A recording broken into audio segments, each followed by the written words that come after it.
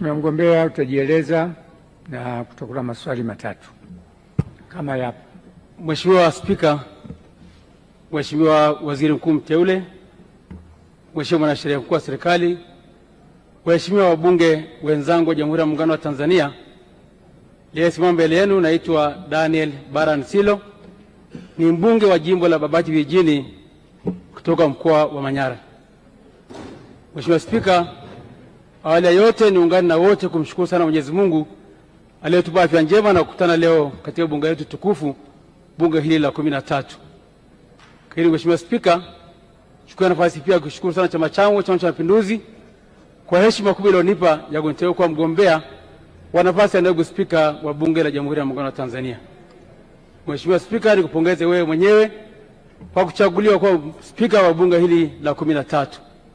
Lakini pia nimpongeze Mheshimiwa Dr. Mwigulu Nchemba kwa kuteuliwa kuwa waziri mkuu wa Jamhuri ya Muungano wa Tanzania.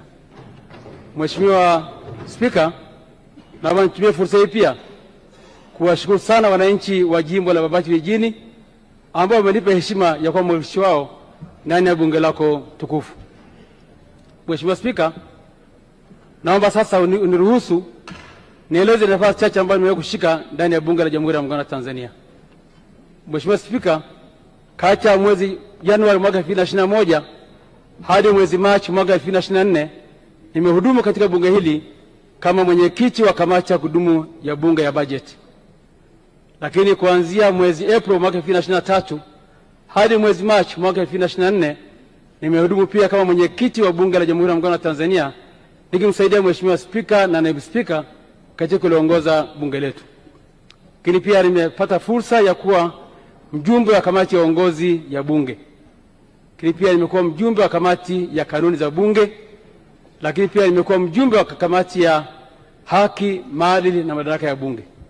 Mheshimiwa Spika, nipata pia heshima kuanzia mwezi wa 3 mwaka 2024 kuteuliwa kuwa naibu waziri wa mambo ya ndani ya nchi, nafasi ambayo nimehudumia hadi tarehe 3 Novemba mwaka huu 2025.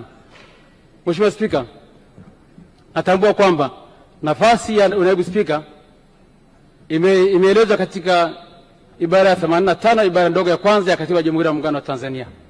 Lakini majukumu ya naibu spika yameainishwa katika kanuni ya 6 fasili ya 2 ya kanuni za kudumu za bunge toleo la mwaka 2025. Lakini jukumu kubwa la naibu spika ni kumsaidia spika katika uendeshaji wa bunge. Mheshimiwa Spika na Mheshimiwa bunge, niwahakikishie mkinipa kura za imani nitamsaidia Mheshimiwa Spika katika uendeshaji wa bunge letu, lakini nikisimamia Katiba ya Jamhuri ya Muungano wa Tanzania, lakini hasa nikisimamia kanuni zetu za bunge ambao ndio mwongozo wa kuongoza bunge letu tukufu. Mheshimiwa Spika, Mheshimiwa Waziri Mkuu mteule, Mheshimiwa bunge, niko mbele yenu kwa heshima na taadhima nikuomba kura. Naombeni nipeni kura za imani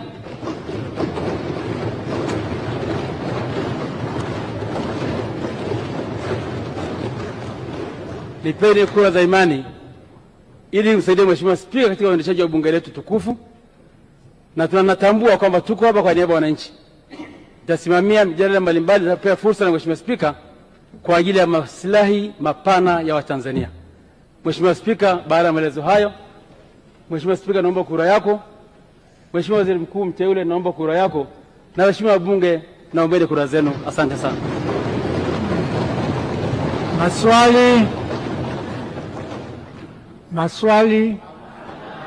Maswali. Mgombea kakae. Katibu. Quorum. Mheshimiwa, quorum yetu mbaki vivile 371. Wahudumu, leteni maboksi mbele, gaweni kura, karatasi za kura.